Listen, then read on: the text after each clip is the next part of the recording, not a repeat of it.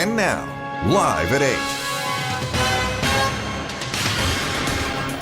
අයිබෝවන් එක්වන් ඇත දැනගන්න ලංකාවේ අංක එකේ සමබර ප්‍රවෘත්ති විකාශය ලයිව් එට් සමගින් ඔබ හමුවන මම චන්දන ජයසිංහ මම ජවිකා ගුණසේකර සුපුරුදු පරිදි අදත් මුලින්ම සිරස්තල මෙරට සමස්ත කොවිඩ් ආසාදිතයන් සංඛ්‍යාව 28,000 ඉක්මවයි. මරණ සංඛ්‍යාව 140 දක්වා ඉහළට. කොවිඩ් දෙවන රැල්ල ගැන පාර්ලිමේන්තුවේදී අනාවරණයක්. යුක්‍රේන ජාතික ගුවන් යානා කාර්ය මණ්ඩල සමාජිකයෙකුට COVID-19 රෝගය ආසාදනය වී තිබූ බව සොයාගත් අතර මිනුවන්ගොඩ බ්‍රැන්ඩික්ස් ආයතනයේ කාර්ය මණ්ඩලයට COVID ආසාදනය පැමිණියේ ඉහතකී මාර්ගයෙන් බවට බොහෝ දුරට අනුමාන කළ හැකිය. මර්ධනයට එරෙහි විපක්ෂයේ විරෝධය.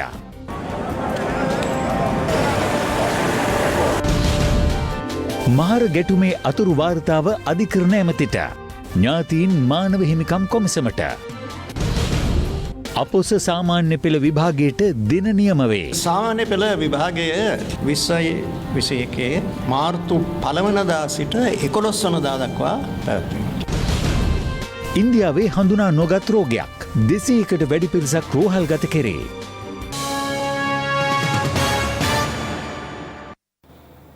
මහර බන්ධනාගාරයේ ඇති වූ ගැටුමට අදාළව කරුණු විමර්ශනය සඳහා පත් කළ පංචපුද්ගල කමිටුවේ අතුරු වාර්තාව අද පස්වරුවේ අධිකරණ අමාත්‍යාංශයේදී අමාත්‍ය ජනාධිපති නීතිඥ අලි සබ්රි මහතා වෙත බහර දෙනු ලැබුවා.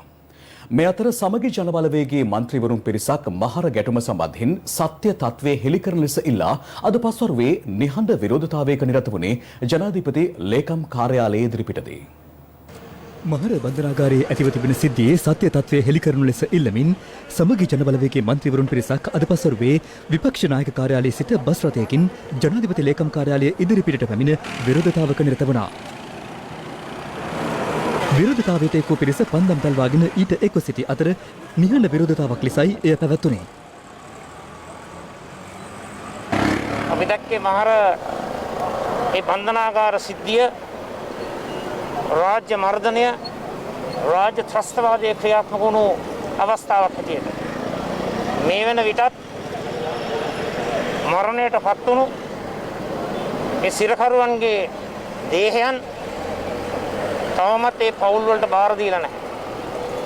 ඒවා පිළිබඳව කිසිම තොරතුරක් නැහැ. මේ තත්ත්වය තුළ රජයේ වගකීම වන්නේ ඉතාමත්ම ඉක්මනින් මේ මහර බන්ධනාගාර සිද්ධිය පිළිබඳව අපක්ෂපාතී පරීක්ෂණයක් පවත්වලා මේ සිද්ධියට මූල මොකක්ද? කවුද මේකට වග කියන්නට ඕන? කවුද පරිපාලනයේ අතින් මේකට වග කියන්නට ඕන? ඒ සියලුම කරුණු කාරණා පිළිබඳව රජය රටටත් පාර්ලිමේන්තුවටත් රටේ ජනතාවටත් උත්තර සපයන්නට ඕන.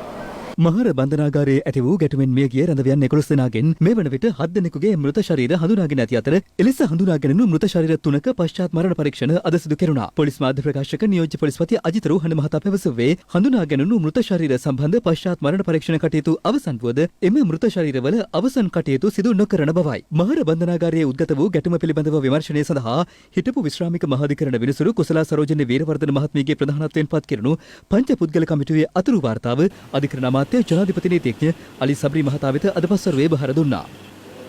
කමිටුවක් පත් කරා මාසයකින් අපිට මේ සම්බන්ධයෙන් සම්පූර්ණ වාර්තාවක් ලබා දෙන්නට කියලා. ඒකෙන් අපි අදහස් කරන්නේ, ඒකෙන් අපි බලාපොරොත්තු වෙන්නේ මේ වගේ අවස්ථාවන්ත තත්වයකට මුහුණ දීමට සිදු වූ හේතු මොනවාද? ඒයිද සිදු වී ඇති යම් අඩුපාඩුකම් මොනවාද? එය මගහරවා ගැනීමට හැකියාවක් තිබුණේද? එම නැත්නම් මේ යම් කිසි කඩාකප්පල්කාරී සිදුවීමක් සිදු වෙලා තියෙනවද?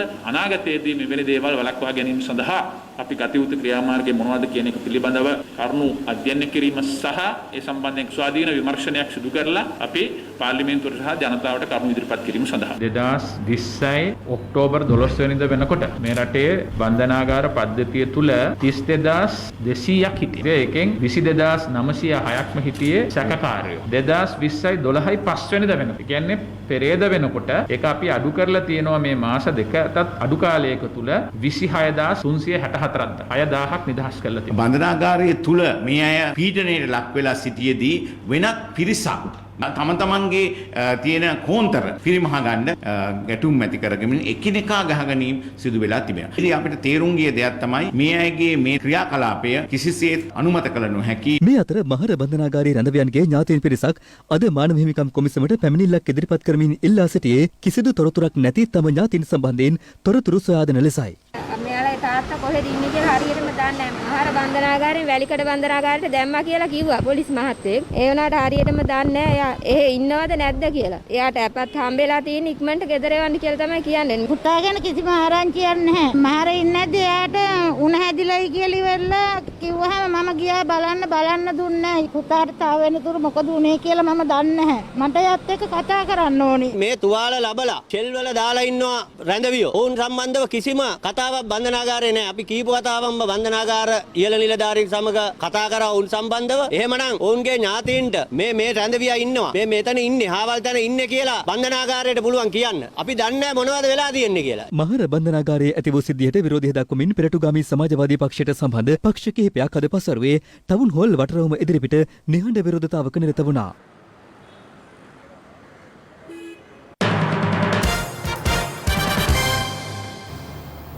මැනින් පොදු වෙළඳපොළ පෑලියගොඩට රැගෙන යාමේ රජයේ වැඩපිළිවෙල යටතේ නව වෙළඳසැල් ලබා දෙන ක්‍රමවේදයේ ගැටලු රැසක් පවතින බවට චෝදනා කරමින් මැනින් පොදු වෙළඳපොළ සුරැකීමේ සංවිධානය අද කොළඹදී විරෝධතාවක නිරත වුණා. එම ස්ථානයට හිටපු අමාත්‍ය පාටලී චම්පික රණවක මහතාගේ පැමිණීමෙන් අනතුරුව විරෝධතාකරුවන් සහ හිටපු අමාත්‍යවරයා අතර උණුසුම් තත්වයක්ද හටගත්තා. පෑලියගොඩින් කඩසාප්පු ලබා දීම පිළිබඳව මැනින් පොදු වෙළඳ සංගමය පසුගියදා මාධ්‍ය හමුවක් ඇඳවමින් මෙලෙස අදහස් පළ කළා. දැන් අද වෙනකොට නිලධාරීන් මේකට කියනවා මේ කඩ දෙකට බෙදන්න ඕනි කියලා. අපේ ව්‍යාපාරිකයන්ට අනිවාර්යයෙන් මේ තොග වෙළඳාම සඳහා මේ අවශ්‍ය හදලා තියෙන තනි කඩේ බාර දෙන්න. අපි ලොවෙත් කැමති නෑ දෙකට කඩලා ගන්න. මේ කඩේ අපිට ලබා දෙන්න. මැනින් වෙළඳපොලේ වෙළඳුන්ට පෑලියගොඩින් ලබා දෙන කඩසාප්පු වල අංක ලබා දීම පසුගිය 5 වනදා නාගරික සංවර්ධන අධිකාරිය විසින් සිදු කෙරුණේ බත්තර මුල්ල සෙත් සිරිපාය පරිශ්‍රයේදී.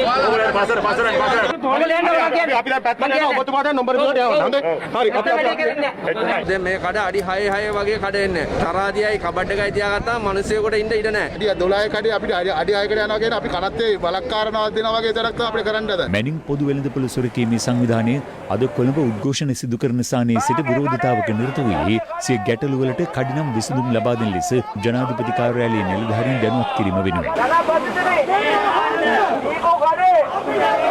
ගරු ජනාධිපතිතුමනි ඔබ තමයි සංවේදී නායකයා. ඔබ දකින්න ඕනේ මේ කඩවල භාගය බෙදලා තියෙන විදිය. අපිට සාධාරණයක් ඉෂ්ට කරන්න. අනතුරු එම ස්ථානයට හිටපු අමාත්‍ය පාටලී චම්පික රණවක මහතාද පැමිණියා.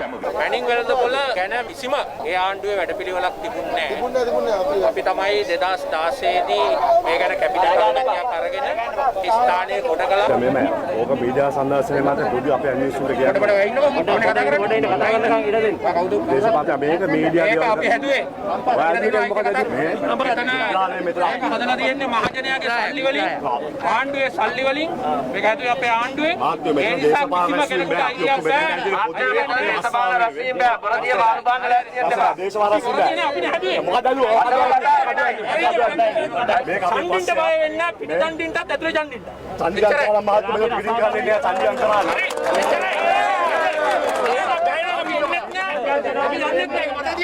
ආණ්ඩුවේ සල්ලි වලින් හදපු එක නොමිලේ ලබා දෙන්න ඕනේ. මාසික කුලී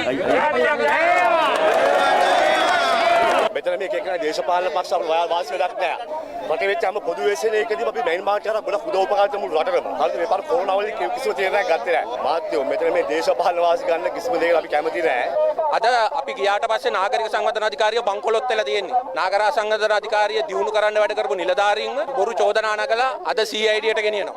අපි පොරොන්දු වුණා එදා තොග වෙළඳෝ 400 ගානකටත් අනික් අය 800 ගානකටත් මේ කඩ නොමිලේ ලබා දෙනවා. ඊට පස්සේ මාසික කුලියක් අය කරනවා කියලා. අද මේකට මාසික කුලියට අමතරව ලක්ෂ 5 ලක්ෂ 2 අය කරන්න යනවා. මේක රජයේ වියදමෙන් හදපු එකක්. නාගරික සංවර්ධන අධිකාරිය වියදමෙන් හදපු එකක් නෙවෙයි. ඒ නිසා මේකට අනිවාර්යයෙන්ම අපි විරුද්ධයි. පසුව නාගරික සංවර්ධන අධිකාරියේ නිලධාරීන් සමග මැනින් පොදු වෙළඳපොළ සුරකීමේ සංවිධානයේ සමාජිකයන් කිහිප දෙනෙකුට සාකච්ඡාවක් ලැබුණු අතර ඔවුන් පැවසුවේ sannivedana දෝෂයක් මත මෙම ගැටලුව දුරදිග ගොස් ඇති බවයි.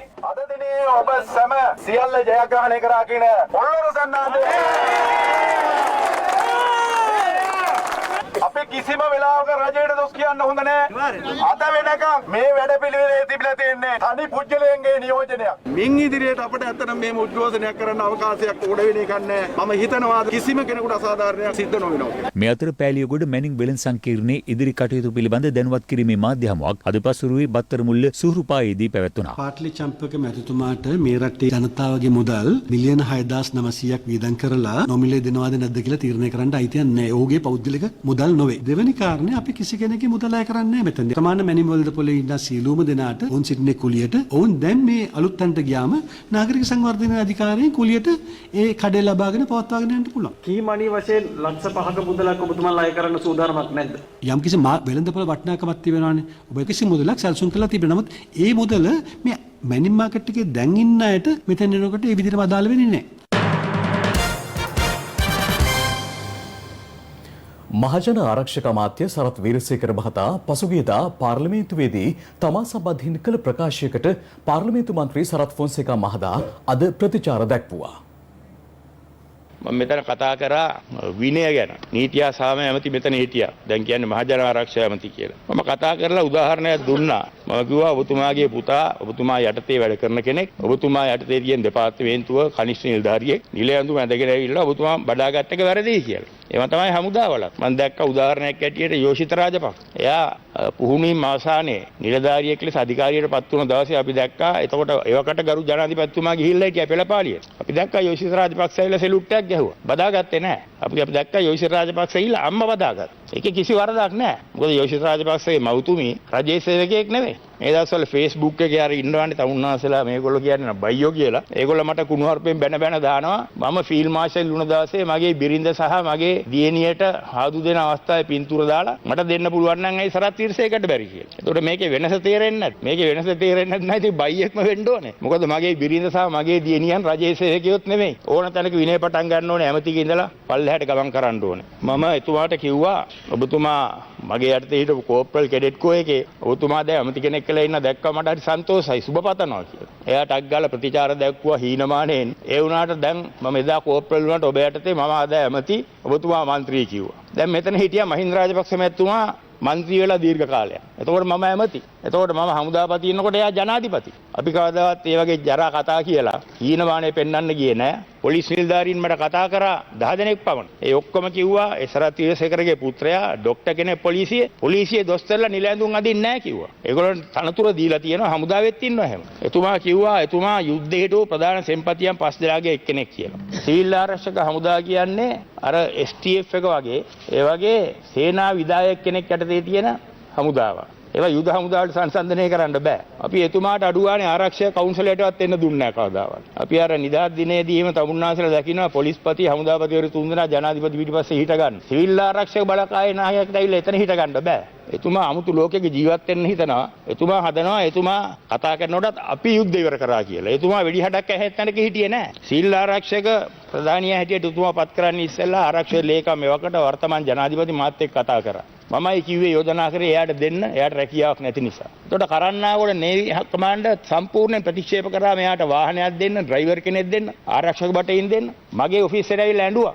ඒවා දෙන්නේ නැහැ කියලා. මමයි පුද්ගලිකව එයාට දුන්නේ වාහනේ දුන්න, ඩ්‍රයිවර් දුන්න, ආරක්ෂක බටය දුන්නා. සීල් ආරක්ෂක හමුදාවට අවශ්‍ය සියලුම නිලධාරීන් දුන්නේ මම. සරත් තීරසේකර මැතිතුමාගේ කතාවේදී එදා කිව්වා ඉමෝෂන් නැත්තේ හරකුන්ටයි බල්ලොන්ටයි එහෙම කිව්වනේ. කියන්නේ අපි මේ පැත්තට දාන්නවා වගේ හැදුවා. මම එතුමාට මතක් කරලා දෙන්න ඕනේ. සත්තුන්ට ඉමෝෂන් තියෙනවා. දැකලා නැත්නම් අඩුවන්නේ බැල්ලියෙක් පැටව ගැහුවම බලන්න කොච්චර ආදරෙන් පැටව බලා ගන්නවද. සත්තුන්ට ඉමෝෂන් තියෙනවා. සරත් තීරසේකර ඇමතිතුමනි ප්‍රශ්නේ තියෙන්නේ සත්තුන්ට ඉමෝෂන් කන්ට්‍රෝල් කරන්න බෑ. ඒතකොට ඉමෝෂන් කන්ට්‍රෝල් කරන්න බැරි මිනිස්සු ඉන්නවනම් මිනිස්සු අතරේ ඒගොල්ලෝ වැටෙනවා අරගණයට. විශේෂයෙන්ම හමුදාවක නිල ඇඳුම් අදින් තැනක ඉන්නවනම් අනිවාර්යෙන් ඉමෝෂන් කන්ට්‍රෝල් කරන්න ඕනේ. ඉමෝෂන් වලට උඩින් විනය යන්න ඕනේ. ඒක තමයි හමුදාවල පොලිසියේ තියෙන ක්‍රියාපිළිවෙත. විශේෂයෙන්ම මහජන ආරක්ෂා ගැන බාර වින්න ඇමති හැටියට එතුමා කිව්වා TN එක තහනම් කරන්න ඕනේ කියලා. TN එක තහනම් කරනවා කියන්නේ උතුරේ ජනතාවගේ ප්‍රජාතන්ත්‍රවාදී අයිතිය නැති කරනවා කියන්නේ. ජනතාව වෙනුවෙන් කතා කරනවා. අපිත් කතා කරනවා. ඒගොල්ලන්ටත් ඒ අයිතිය තියෙනවා. ඒතකොට එහෙම කතා කරා කියලා කවුරු හරි දේශපාලන පක්ෂයක් අවලංගු කරන්න කියන තරම් මෝඩන මේ රටේ අතීතයේ වෙච්ච දේවල් අමතක කරලා මහජන ආරක්ෂාව ගැන කතා කරන්න ඉස්සෙල්ලා එතුමා ඒව ඉගෙන ගන්න ඕනේ. ෆොන්සේකා අපේ මගේනම සඳහන් කරා මනෝගණේෂන් අපේ මන්ත්‍රීතුමා කතා කරනකොට මහාවීරු උත්සවය නැත්තම් සමරවීම සිදු වෙන්න ඕන කියලා කිව්වා. ඒක වැරදි. එතුමාගේ කතාව අපේ පක්ෂ කතාව නෙවෙයි, මතය නෙවෙයි, පෞද්ගලික මතය කියලා කිව්වා. යුද්ධය මිය ගිය අය කවුරු වේවා ඒ පිළිබඳව එයාගේ ඥාතීන් මිත්‍රයෝ එයා සීමත් කරන්න පුළුවන්. මගේ මතය ඒකයි මම කිව්වා. මට දැන් මේ අවස්ථාව කරගන්න මෙතන පෙරත් එමෙ තමයි. මම උතුරේ ගිහිල්ලා මහාවීරු සමුළුවේ සහභාගී වෙලා කතා කරා කියලා. ඔව් කතා කරා. මහාවීර සමුළුව නෙවෙයි ඒක. අග්‍රාමාත්‍ය රනිල් වික්‍රමසිංහ මැතිතුමා සමග කතා කරලා අවසර ඉල්ලගෙන තමයි ගියේ මම. මොකද එතුමා කිව්වේ you go and speak no issue. The more they speak politics less they fight කියලා කිව්ව ඇත්තයි ඒක. සර ෆොන්සේකා මැතිතුමා ගරු කරන මැතිතුමෙක්. එතුමාව උතුර නැගෙනහිරේ දකුණේ මෙතකඳ කරේ 2010 මැතිවරණ අවස්ථාවේදී එතුමා සමගම ගියේ එකම මන්ත්‍රීවරයා මම විතරයි. අනිත් ඔක්කොම අවින් ඉන්නවා. මට අමතක වෙලා නැහැ ගරු මන්ත්‍රීතුමා. නමුත් මම මහවිරු දිනේ අනුමත කරන්නේ නැහැ. ඔබතුමා ඒ කාලේ මාත් එක්ක වට යනකොට මහවිරු දින ගැන කතා කරේ නැහනේ. තව එකකට මම උත්තර දෙන්න ඕනේ ඔබතුමාට එකක්.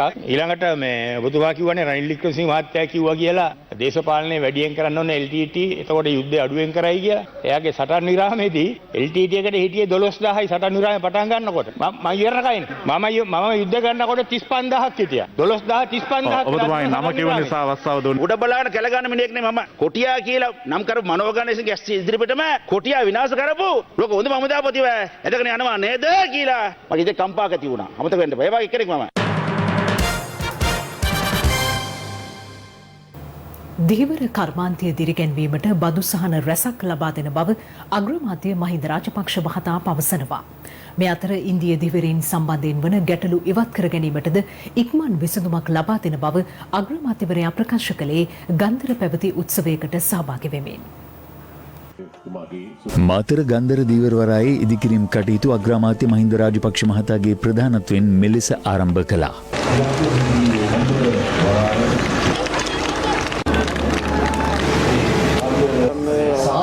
ලංකාව තුළ දීවර වරායන් වැඩිම ගණනක් ඉදිකලේ 2005 2015 අපේ ආණ්ඩු කාලේ. යාපනයේ ගෘහනාගරවල දීවර වරායේ වැඩ ආරම්භ කරන්න අපි සැලසුම් කළේ 2013 වර්ෂේ. නමුත් පසුගිය යහපාලන සමය කාලේ මේ කිසිවක් ආරම්භ කරන්නට අපි ආරම්භ කරපු ඒවා ඉවර කරන්න ඔවුන් කටයුතු කළේ නැහැ. ඒ වෙනුවට ඔවුන් කළේ අපි හදපු හැම දෙයකින්ම පලිගත් එක. 2005-15 කාලේ අපි දීවරයන්ගේ බදුසාන ආදායම් බද්දෙන් ඔවුන් නිදහස් කළා.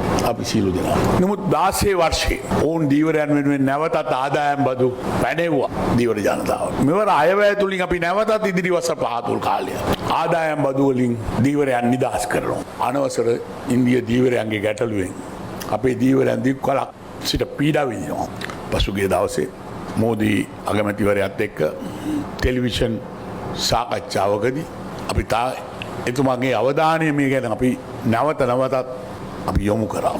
ඉන්දියාව සමග සාකච්ඡා කර අපේ දීවරයන්ට ඉතා ළඟ විසඳුමක් ලබා දීමට රජයක් විදිහට අපි උනන්දුවෙන් පසු වෙනවා. අපි ඔබගෙන් ඉල්ලන්නේ විපක්ෂයේ ගෙනියන බොරු ප්‍රචාරවලට, පදනමක් නැති කතාවල, ඕන් හලන කිඹුල් කඳුළු වලට රැවටෙන්නේ නැතුව කටයුතු කරන්නට අපේ ජනතාව බුද්ධිමත් කියන එක අපි විශ්වාසයක් තියෙනවා.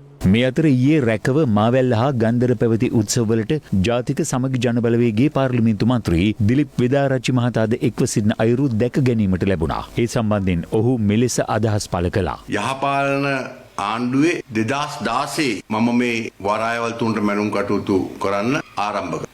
අපේ යහපාලන ආණ්ඩුවේ මංගල සමරවීර මුදල් ඇමතුමත් මුදල් වෙන් කරේ නැහැ. අන්න ඒ නිසා තමයි අද මහින්ද රාජපක්ෂ මැතිතුමාගේ ආණ්ඩුවෙන් මේ නංගුරම් පළවල් දෙකටත් වරායටත් මුල්ගල් තියලා වැඩ කටයුතු ආරම්භ කරන්න තුමාට පුළුවන් වුණා. අපේ ආණ්ඩුවේ කැබිනට් ඇමතිවරු 3 දෙනෙක් ඉන්නේ. දීවර කැබිනට් ඇමතිවරු 3 දෙනෙක්. ඒගොල්ලෝ මේව කරන්න උනන්දුවක් වුණේ මහින්ද රාජපක්ෂ මැතිතුමාට මුදල් වෙන් කරලා මේ කටයුතු ක්‍රියාත්මක කිරීමට මම තුමාට ස්තුතිවන්ත වෙනවා.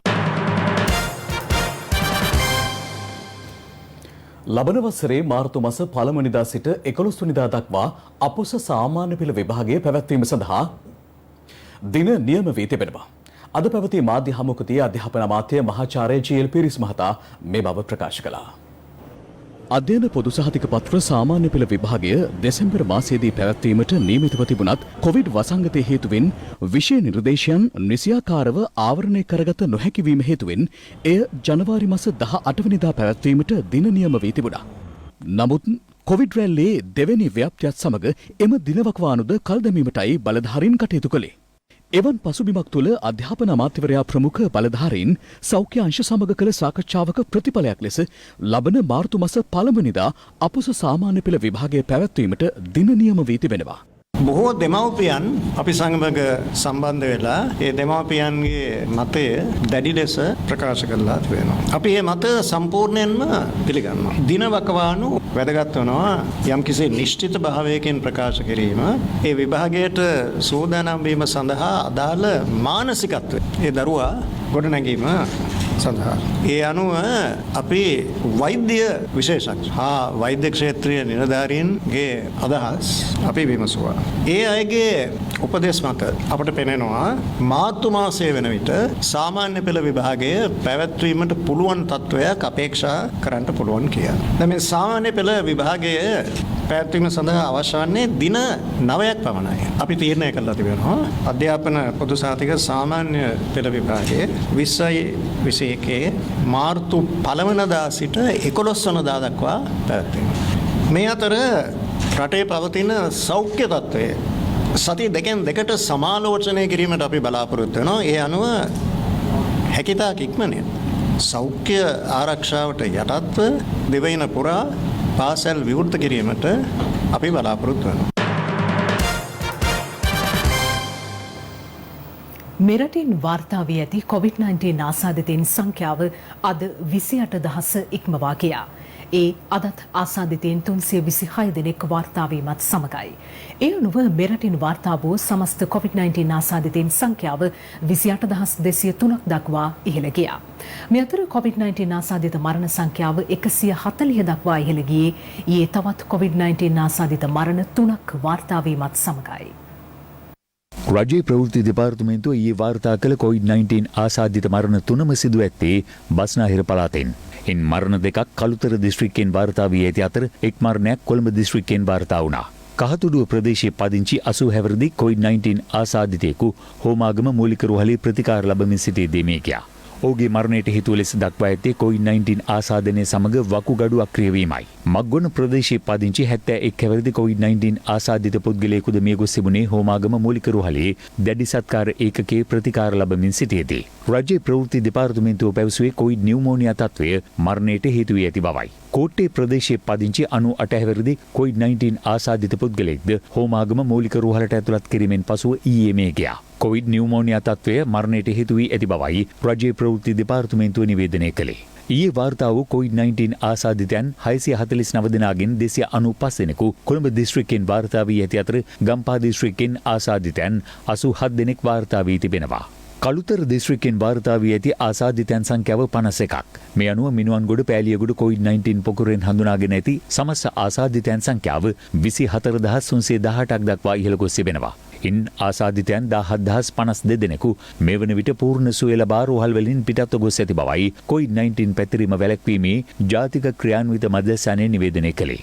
බන්ධනාගාර ආශ්‍රිතව COVID-19 ආසාදිතයන් 246 දෙනෙකු වාර්තා වීමත් සමග බන්ධනාගාර ආශ්‍රිතව වාර්තා වූ සමස්ත ආසාදිතයන් සංඛ්‍යාව 2297 දක්වා ඉහළ ගියා. එම ආසාදිතයන් වාර්තා වී ඇත්තේ වැලිකඩ, කොළඹ මැගසින්, කොළඹ රිමාන්ඩ්, මහර සහ බූස්ස බන්ධනාගාරවලින්.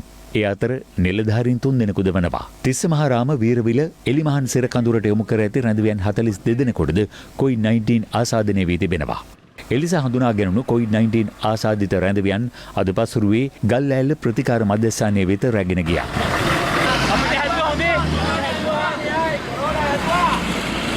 අපිට ලොකු අවදානමක් තියෙන්නේ අද උදෑසන වෙනකම්ම වගේ මේ නිලධාරී මේ ගම තුල රැඳුණා. එහෙ මේ ඇවිද්දා. බන්ධනාගාරේ දැන් ලෙඩ්ඩු ඉන්නවා කියලා අරගෙන ගියාට වැඩන්නේ. බන්ධනාගාරේ නිලධාරී කඩවල් වලට ඒ ගියපු තැන් වලින් PCR කරන්න වෙනවනේ. PCR පරීක්ෂණය අපේ ගමටත් අවශ්‍යයි කියලා තමයි කියන්න තියෙන්නේ. මේ අතර භාවිත කරන ලද COVID-19 ආරක්ෂිත ඇඳුම් කට්ටලයක් ගිරිතලේ බකමූණ මාර්ගයේ රක්ෂිත ප්‍රදේශයක කිසියම් පුද්ගලයෙකු දමා ගොස් තිබෙනවා. අදාළ ආරක්ෂිත ඇඳුම් කට්ටලේ පිළිබඳව ප්‍රදේශවාසීන් විසින් බකමූණ පොලිසිය දැනුවත් කිරීමෙන් අනතුරුව ඒ විනාශ කිරීමටයි පියවර ගත්තේ.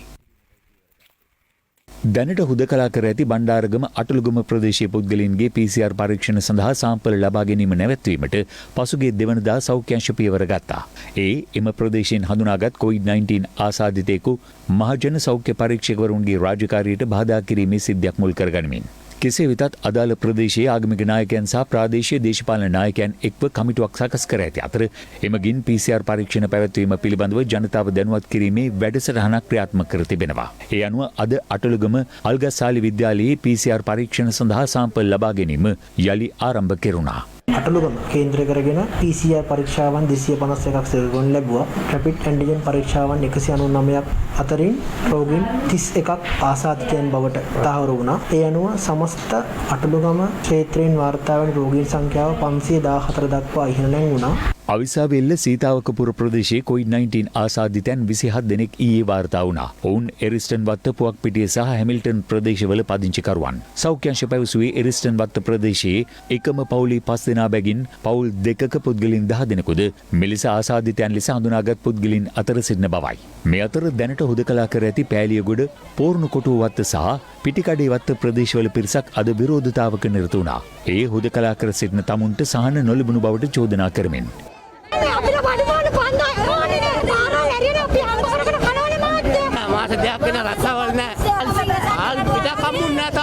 පසුව පොලිසිය මැදිහත් වීමෙන් සහන ලබා දෙන බවට දුන් පොරොන්දුවක් මත ඔවුන් යලි සිය නිවෙස්වලට පිටත්ව ගියා.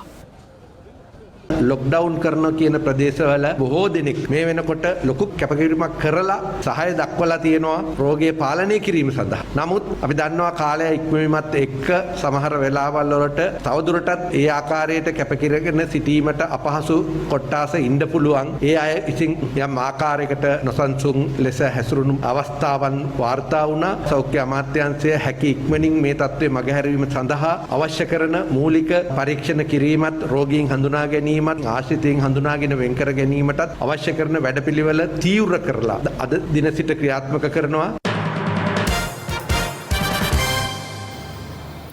මිනුවන්ගොඩ කොවිඩ් පොකුරට වෛරසය ආසාදනය වූයේ කුමන ආකාරයටද යන්න පිළිබඳව මෙතෙක් කරන ලද පරීක්ෂණවලදී නිශ්චිත තොරතුරක් හෙළි වී නොමැති බව මහජන ආරක්ෂක අමාත්‍ය සරත් වීරසේකර මහතා පවසනවා. කෙසේ වෙතත් ප්‍රාථමික සෞඛ්‍ය සේවා වසංගත රෝග හා කොවිඩ් රෝග පාලන කටයුතු රාජ්‍ය අමාත්‍ය සුදර්ශනී ප්‍රනාන්දුපුල්ලේ මහත්මිය පැවසුවේ යුක්‍රේන ජාතික ගුවන් යානා සමාජිකයෙකු හරහා මිනුවන්ගොඩ පොකුරට COVID-19 ආසාදනය වූ බවට අනුමාන කරන බවයි. මේ තොරතුරු අද අනාවරණය වූයේ අයවැය කාරක සභා අවස්ථා විවාදයේ 27 යටතේ අනුකුමාර දිසානායක මහතා යොමු කළ ප්‍රශ්නයකදී COVID-19 දෙවැනි රැල්ල ඇතිවීම හා ව්‍යාප්තියට අදාළ හේතු ආණ්ඩුව විසින් හඳුනා ගනු ලැබී තිබේද? එසේනම් ඒ මොනවාද? මේ පිළිබඳ නීතිපතිවරයා විසින් ඉල්ලා සිටි පරීක්ෂණය පොලිසිය විසින් සිදු කොට තිබේද? මිනුවන්ගොඩ පොකුර වාර්තා වූ බ්‍රැන්ඩික්ස් කර්මාන්ත ශාලාවේ කාර්ය මණ්ඩලයට එම රෝගය සම්ප්‍රේෂණය වූ ආකාරය පිළිබඳ මාන කිහිපයකින් පරීක්ෂා කරන ලද අතර ඉන් වඩාත්ම ප්‍රබල අනුමානයක් වූයේ විදේශයක සිට මෙරටට පැමිණි පුද්ගලයෙකුගෙන් මෙම රෝගය වැළඳෙන්නට ඇති බවය. ඒ ඔස්සේ පරීක්ෂා කරන විට සීදුව රමාදා හෝටලේ නවාතැන්ගත් යුක්‍රේන ජාතික ගුවන් යානා කාර්ය මණ්ඩල සමාජිකයෙකුට COVID-19 රෝගය ආසාදනය වී තිබූ බව සොයාගත් අතර පසුව එම හෝටලයේ කාර්ය මණ්ඩලය පරීක්ෂා කිරීමේදී එහි සේවකයන් කිහිප දෙනෙකුටද මෙම රෝගය ඇති බවට හඳුනා ගන්නා ලදී. මොවුන් සහ මිනුවන්ගොඩ බ්‍රැන්ඩික්ස් ආයතනයේ කාර්ය මණ්ඩලය සමග යම් සම්බන්ධතා පැවති බවත් නිරීක්ෂණය විය. මෙම ආකාරයට අනාවරණය කර ගන්නා ලද කරුණු අනුව මිනුවන්ගොඩ බ්‍රැන්ඩික්ස් ආයතනයේ කාර්ය මණ්ඩලයට COVID ආසාදනය පැමිණියේ ඉහතකී මාර්ගයෙන් බවට බොහෝ දුරට අනුමාන කළ හැකිය. ගරු නීතිපතිතුමා විසින් පොලිස්පතිතුමාට නියෝගයක් නිකුත් කරලා තියෙන විමර්ශනය කරන්න කියලා තවමත් මේ විමර්ශන කටයුතු ටික මම හිතන්නේ ගරු සරත් වීරසේකර මැතිතුමා මේ පිළිබඳව ඉදිරිපත් කරනවා. පළමුව කොළඹ අපරාධ කොට්ටාශයෙන් ඒ විමර්ශනය කළා. දින 2කට පසුව එම නිලධාරීන් 70කට කොරෝනා ආසාදිත වුණා. ඊට පස්සේ දැන් ඒක අපරාධ පරීක්ෂණ දෙපාර්තමේන්තුවට පවරලා තියෙනවා. නොවැම්බර් 5 තමයි ඒක බාරගත්තේ. දැනට ප්‍රකාශන ස්ටේට්මන්ට් 100කට වඩා අරන් තියෙනවා ඒ ආසාදිතයන්ගෙන්. කොහෙන්ද ආවේ කියලා තාම මේ අවසාන තීරණයක් නැහැ. දැන් CID එකටත් 20 දෙනෙක්ට කොරෝනා හැදිලා තියෙනවා මේ පරීක්ෂණ වලට ගිහිල්ලා. ඉතින් පරීක්ෂණේ පුළුවන් තරම් ඉක්මනට අපි කරලා ඔබතුමාට ඒ විශ්වය දන්වනවා. ඔබ නැවතත් ලයිව් එට් සමගින් අනාරක්ෂිත ආකාරයෙන් රාත්‍රී කාලයේ සිදුවන යතුරුපැදි දහවන තරඟ වැටලීමට අද සිට විශේෂ වැඩපිළිවෙලක් ක්‍රියාත්මක කරන බව පොලිස් මාධ්‍ය ප්‍රකාශක නියෝජ්‍ය පොලිස්පති අජිත් රෝහණ මහතා පවසනවා. එතුමා මේ අදහස් පළ කළේ පෙරේදා රාත්‍රියේ මොරටුවේ සිදු වූ අවාසනාවන්ත සිද්ධිය සහ ඊයේ සවස අනාරක්ෂිතව දහවනයට සූදානම් කළ යතුරුපැදි තරඟ පිළිබඳව අදහස් දක්වමින්. මිරිහාන මුලස්ථාන පොලිසිය විසින් ඊයේ සවස මාදිවෙල නව රුහලපාර ආසන්නයේ අධික වේගයෙන් යතුරුපැදි ධාවනයට සූදානම් වූ 40ක පිරිසක් සමග යතුරුපැදි 23ක්ද පොලිස් භාරයට ගෙන තිබුණා. ඒවා එන්ජින් ධාරිතාව 250 සිට 400 දක්වා වන බවයි පොලිසිය පවසන්නේ. මෙලෙස අනාරක්ෂිතව යතුරුපැදි ධාවන තරඟවල යෙදෙන පිරිස් වැටලීම අද සිට ක්‍රියාත්මක කරන බව පොලිස් මාධ්‍ය ප්‍රකාශකවරයා පවසනවා. මෙවැනි අවාසනාවන්ත සිදුවීම් ඇතිවීමට හේතුව රාත්‍රී කාලයේ තරුණයින් විවිධ පුද්ගලයන් විසින් විනෝදාස්වාදය සඳහා වාහන පැදවීම යතුරුපැදි පැදවීම බවට අනාවරණය වී තිබෙනවා. මේ සම්බන්ධයෙන් අද දිනේ සිට ශ්‍රී ලංකාව පුරා දැවැන්ත මෙහෙයුමක් ක්‍රියාත්මක කිරීමට රථවාහන පොලිසිය බලාපොරොත්තු වෙනවා. විශේෂයෙන්ම රාත්‍රී කාලයේ යම් පුද්ගලයෙක් හෝ පුද්ගල කණ්ඩායමක් මාර්ග නීති පිළිපදින්නේ නැතුව යතුරුපැදි පදවනවා නම් මෝටර රථ පදවනවා නම් ඒ මෝටර රථ සහ යතුරුපැදි පොලිසිය භාරයට ගැනීමට කටයුතු කරනු ලබනවා. මින් ඉදිරියේදී මෙවැනි කාරණා සම්බන්ධයෙන් අත්අඩංගුවට ගන්න පුද්ගලයන් අධිකරණ ක්‍රියාදාමයට අමතරව විශේෂයෙන්ම මානසික වෛද්‍යවරුන් වෙත ඉදිරිපත් කර ඒ සම්බන්ධ වාර්තා ලබා ගැනීමටත් පොලිසිය කටයුතු කරනවා. පෙරේදා මෙලෙස අධික වේගයෙන් ධාවනය කළ යතුරුපැදියෙක් ගැටි මොරටුව එගොඩුයනේ පදික මාරුවකදී කුඩා දැරියන් දෙදෙනෙකු මිය ගොස් ගැබිනි මවක් බරපතල තුවාල ලබා රෝහල්ගත කළා. අනතුර හේතුවෙන් ඇගේ සිව්මස් දරු ගැබ විනාශ වූ අතර අසාධ්‍ය තත්ත්වයෙන් පසුවන ඇය මේ වන විට ප්‍රතිකාර ලබන්නේ කොළඹ ජාතික රෝහලේ. අනතුරින් පසු යතුරුපැදිකරුට ප්‍රදේශවාසීන් පිරිසක් පහර දෙන අයුරු දැක්වෙන වීඩියෝවක්ද සමාජ මාධ්‍යවල සංසරණය වනවා.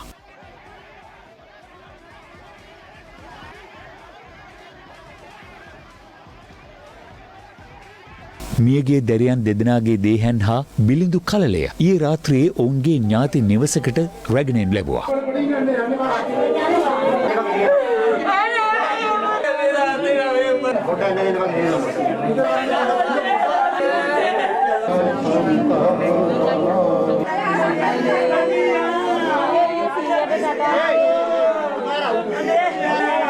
ප්‍රදේශවාසීන්ගේ සෝසුසුම් මැද එම දේහයන් පිළිබඳ අවසන් කටයුතු අද සවස සිදු කෙරුණේ මොරටුව ශාන්ත මරියා දේවස්ථාන සුසාන භූමියේදී.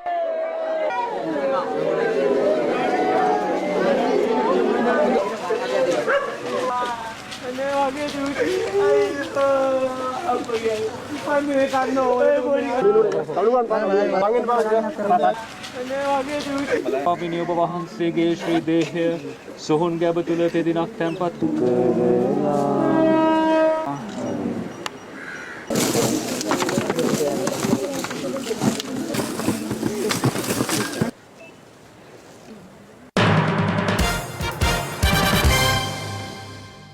දැන් ක්‍රීඩා පුවත්. ක්‍රිකට් ලොව කලඹා